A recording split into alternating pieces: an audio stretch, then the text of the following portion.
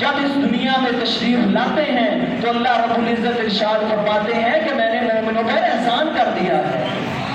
تو اب جن پہ احسان کیا ہے خوشیاں بھی تو انہوں نے منانی ہے نا جی، دوسروں نے تو نہیں منانی نا۔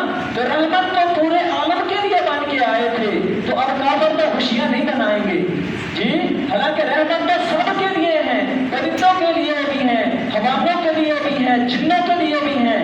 آپ پوری کائنات کے لیے رحمت بن کے آئے، لیکن فرمایا میں نے احسان صرف مومنوں پر کیا ہے۔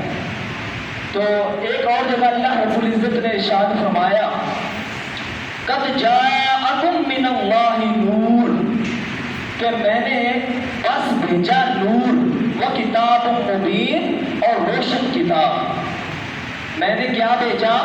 نور بھیجا اور روشن کتاب بھیجی۔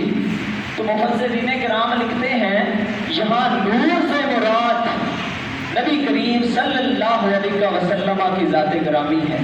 کبھی اللہ رب العزت ارشاد فرماتے ہیں انا ارسلناک شاہدا ومبشرا ونذیرا، تو کبھی ارشاد فرماتے ہیں لقد جاءکم رسول من انفسکم عزیز علیہ ما عنتم حریص علیکم بالمؤمنین رؤوف الرحیم۔ تو اللہ رب العزت اپنے پیارے حبیب کی شانیں بیان کر رہے ہیں۔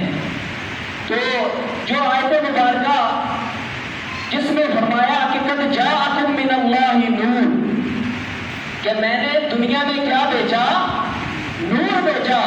تو ہمارا یہ عقیدہ ہے کہ حضور علیہ الصلوۃ والسلام اگر بشر ہیں تو رب العالمین کے بعد پوری کائنات کے انسانوں میں سب سے افضل بشر ہے، اور میرے نبی نور بھی ہیں۔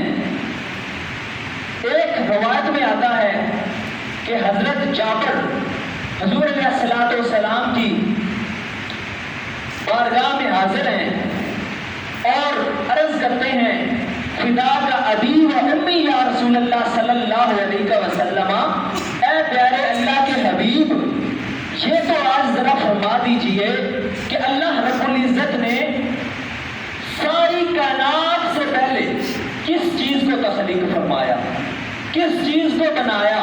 جب کچھ بھی نہ تھا، نہ زمین تھی، نہ آسمان تھا، نہ چاند تھے، نہ سورج تھے، نہ ستارے تھے، کچھ بھی نہ تھا، نہ انسان، نہ حیوان، نہ جن، نہ فرشتے، کچھ بھی نہ تھا۔